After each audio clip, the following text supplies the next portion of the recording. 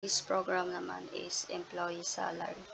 So the first one is ask the user to input the employee name, then the basic salary, number of overtime hours.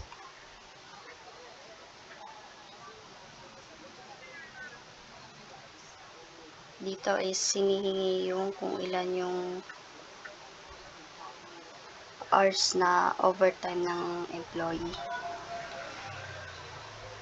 Then, dito naman is kinakalculate yung OT. Yung OT, tapos ito naman is yung per hour na sahod. Then, next naman is gross equals to salary plus OT.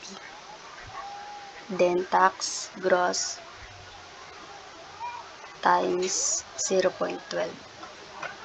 So, dito is kinukuha yung 12% na tax mula po sa gross. Then next naman, net equals to gross minus tax. So, dito is ima-minus lang po yung gross sa tax. Then next is print employee salary.